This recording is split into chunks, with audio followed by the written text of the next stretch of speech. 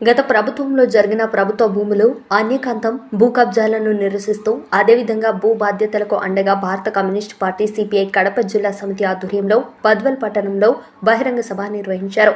బద్వల్ పట్టణంలో ముందుగా market yard నుండి పట్టణ పురవీధుల్లో భారీ ఎత్తున నినాదాలు చేస్తూ ఎర్ర జెండాలు చేతపట్టి ర్యాలీ నిర్వహించారు. అనంతరం 4 రోడ్ల కూడలి వద్ద జరిగిన బహిరంగ సభకు సిపిఐ జిల్లా కార్యవర్గ సభ్యులు వీరశేఖర అధ్యక్షత వహించగా ఈ సభకు ముఖ్య అతిథిగా విచ్చేసిన సిపిఐ రాష్ట్ర కార్యదర్శి రామకృష్ణ మాట్లాడుతూ పేదల గుడిసెల జోలికొస్తే రాష్ట్ర వ్యాప్త ఉద్యమం తప్పదన్నారు. భూ కబ్జాదారులు వదిలేసి పేదలపై పగ సాధిస్తే ఈ పాలకులు కూడా శంకరాగిరి మాన్యాలే. బద్వేల్ నియోజకవర్గంలో వైసీపీ టీడీపీ సిండికేట్ రాజకీయాలు చేసి పేదలకు అన్యాయం చేస్తే సీఎం దృష్టికి తీసుకొని వెళ్తామని అన్నారు. గత ప్రభుత్వ హయాంలో జిల్లా వ్యాప్తంగా జరిగిన భూ కబ్జాలపై దాడులు దౌర్జన్యాలను నిరసిస్తూ సిపిఐ భారీ ర్యాలీ నిర్వహించారు. ఏర్పాటు చేస్తే అర్ధరాత్రి అపరాత్రి మన కాలనీల పైన పడి రెవెన్యూ అధికారులు ధ్వంసం చేయడానికి విధ్వంసాన్ని సృష్టించడానికి అనేక దశల్లో ప్రయత్నం చేసినప్పటికీ కూడా పాములు ఉన్నా జరులు ఉన్నా తేళ్లు ఉన్నా అక్కడ 10 మంది మరణించిన మేము వేసుకున్నటువంటి గుడిసెలో నుంచి అంగుళం కదలాలని మీరెవరైనా అధికారులు ఆలోచిస్తే మా కాలనీల పైనటువంటి 40 మంది భూ కబ్జా కోళ్లు దొంగ లంచ కొడుకులు అసలే మెసలేటువంటి ఈ బద్వేల్ ఏరియాలో భూ కబ్జా కొన్నారు.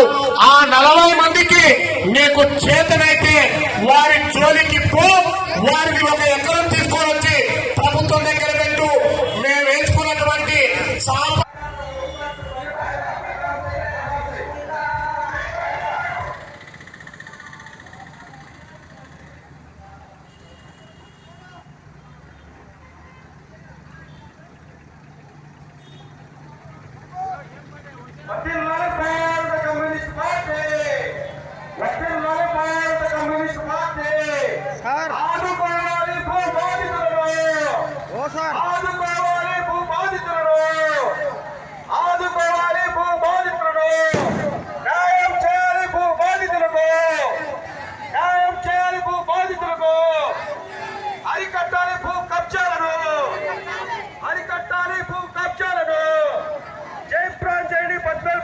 జరుగుతున్న బహిరంగ సభను జయప్రదం చేయండి. భూ బాధితులకు మద్దతుగా జరుగుతున్న బహిరంగ సభను జయప్రదం చేయండి. వాడు అమ్ముకోవడం, వాడు షావుకారు అయిపోతా ఉన్నాడు. పేదవాడు పేదవాడుగానే ఉంటా ఉన్నాడు. చంద్రబాబు నాయుడు గారు వచ్చారు, వీళ్ళేమో 2 సెంట్లు 3 సెంట్లు అంటా ఉన్నారు. నేను చంద్రబాబు గారిని ఒకటే కోరుతా ఉన్నా, అయ్యా నీకు ఒక సీనియర్ అడ్మినిస్ట్రేటివ్ ఒక పరిపాలనా దక్షుడిగా నీకు పేరుంది. మేము అవునన్నా కాదన్నా నీవు సీనియర్ రాజకీయ నాయకుడివే. కనీసం ఈ 5 ఏళ్ళ హయాంలోనన్నా ఈ సమస్య పరిష్కారం చేయి. ఈ 5 ఏళ్లలో కూడా నీకు పరిష్కారం చేయలేదనుకో, మొత్తం నీ రాజకీయం అంతా కూడా వృథా. ఎన్నాళ్ళు వేచి చూడాలి పేదవాళ్ళు, ఎన్నాళ్ళు పైకి చూస్తా ఉండాలి, ఎన్నాళ్ళు ఇల్లు లేకుండా ఉండాలి. కాబట్టే కోరుతా ఉన్నాం, ప్రభుత్వాన్ని నిలదీస్తాం. తప్పకుండా మీకు అందరికి కూడా, ఇక్కడున్న ప్రతి పేదవానికి కూడా, బద్వేల్లో ఉండే ప్రతి పేదవానికి కూడా ఇల్లు వచ్చేంత వరకు కూడా మేము అండగా ఉంటాం, ఇప్పించి తీరుతామని కూడా మనం చేస్తాం. అదేవిధంగా ఇవాళ గ్రామీణ ప్రాంతాల్లో అక్కడ కూడా భూ పోరాటం జరగాలి.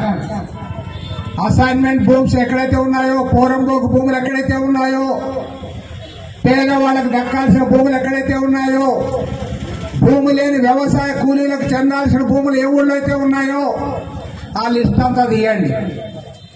రెవెన్యూ మంత్రి గారి దృష్టికి తీసుకొని పోతాం. అదేవిధంగా అక్కడ స్థానికంగా పోరాటం కూడా జరగాలి. నేను కామ్రేడ్స్ అందరికి కూడా ఒకటి చెప్తా, వేరే పోరాటాలు ఎవరు చేసినా సక్సెస్ కాగలరేమో నాకు తెలియదు, కానీ నేను సగర్వంగా చెప్తా, భూమి కోసం పోరాటం సక్సెస్ కావాలంటే అది ఎర్ర జెండాతోనే సాధ్యమవుతుంది. చేతిలో ఎర్ర జెండా ఉంటేనే భూమి దక్కుతుంది. అది చరిత్ర చెప్పిన సత్యం. ఇప్పుడే కాదు, తరతరాలుగా జరిగింది అదే. భూమి కోసం, ముక్తి కోసం జరిగిన పోరాటం ద్వారానే తెలంగాణ ప్రాంతంలో 4,000 మంది కమ్యూనిస్టులు రక్తతర్పణం గావించి 10 లక్షల ఎకరాల భూములు పేదవాళ్ళకు పంపిణీ చేయడం. బద్వేల్లో మరి గవర్నమెంట్ మారలేదా అని అడుగుతాను. మరి ఇవాళ బద్వేల్ నియోజకవర్గంలో ఇంకా జగన్మోహన్ రెడ్డి ముఖ్యమంత్రి అనుకుంటానడం నాకు తెలియదు. గవర్నమెంట్ మారిపోయింది. గవర్నమెంట్ మారిన తర్వాత కూడా మీరు పేదవాడిని బెదిరిస్తున్నారంటే సరైంది కాదు. మీరేం భయపడద్దండి. అవసరమైతే మిమ్మల్ని నేరుగా ముఖ్యమంత్రి గారి దగ్గర తీసుకొని పోతాం. మీకు అందరికి కూడా న్యాయం చేయిస్తాం. చంద్రబాబు నాయుడు గారిని కూడా ఒకటి అడుగుతా ఉన్నాం. ఎందుకంటే మన ఎన్నికల్లో చంద్రబాబు నాయుడు గారు మామూలుగా చెప్పడు. ఏదైనా చెప్పాలంటే 1కి 4 సార్లు కింద మీద చూస్తాడు. ఒక పక్క పేపర్ చూసుకుంటాడు, ఓ పక్క మన ముఖం చూస్తాడు, ఓ పక్క అధికారుల పక్క చూస్తాడు. అన్ని చూసి కానీ చెప్పడు. కానీ ఏమో కానీ ఈసారి ఎట్లయినా గెలవాలనుకొని 4 మంచి మాటలు చెప్పాడు. ఎవరైతే పల్లెల్లో ఉంటా ఉన్నారో, పల్లెల్లో ఇల్లు లేని వాళ్ళకి 3 సెంట్ల స్థలం ఇస్తానన్నాడు. అదేవిధంగా టౌన్లో ఉండే వాళ్ళకి 2 సెంట్లు ఇస్తా అన్నాడు. అధికారంలో వచ్చిన తర్వాత కూడా నేను వాళ్ళతో మాట్లాడినా. ఎవరైతే 2 సెంట్లు 3 సెంట్లు వాళ్ళ మేనిఫెస్టోలో రాయించాడో ఆ తెలుగుదేశం నాయకుడితో కూడా మాట్లాడినా. ఆ రోజు చాలా పట్టుబట్టి రాయించావు, చంద్రబాబు నాయుడిని ఒప్పించావు, మరి ఇవాళ దాన్ని అమలు చేయాలి కదా అని అడిగా. అన్న 100కి 100 రూపాయలు అమలు చేస్తాం, వదిలిపెట్టే సమస్య లేదని ఆయన కూడా అన్నాడు. అదేవిధంగా మొన్న సీతారాం యేచూరి గారి సంస్మరణ సభలో కమ్యూనిస్ట్ నాయకుడు, భారతదేశంలోనే పెద్ద నాయకుడు, ఆయన ఇటీవల చనిపోయారు.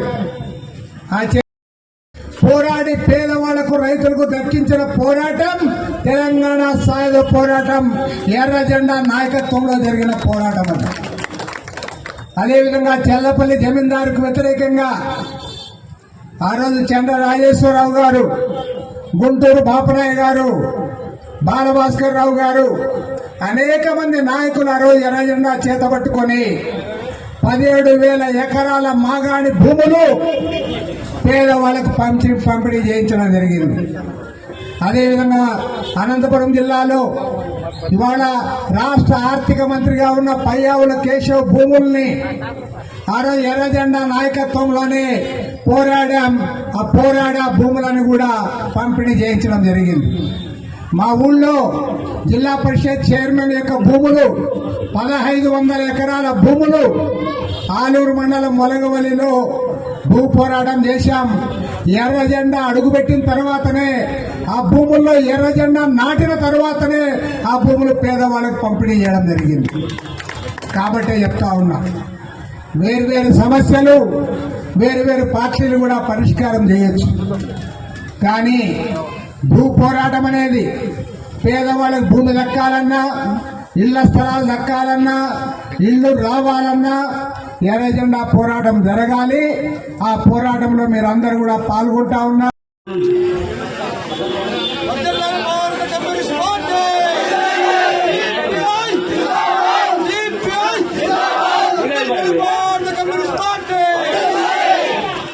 స్వాగతం పర్పస్గా కోరుతున్నాను.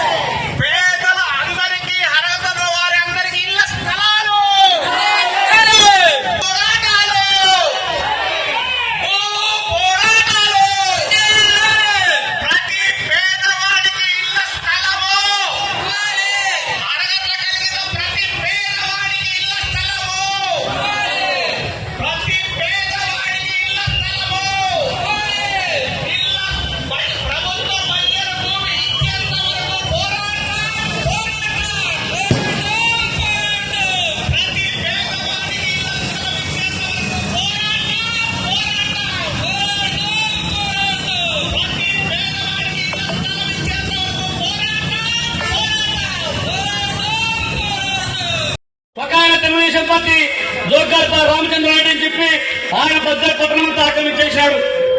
ఇట్లా అనేక రకాలు చెప్పుకుంటే కలసపాడు కాశీనాడ మండలం అక్కెంగుండ నుంచి అట్లూరు వరకు దాదాపు 30,000 ఎకరాల ప్రభుత్వ భూమిని ఈరోజు కబ్జా చేసినటువంటి పరిస్థితి.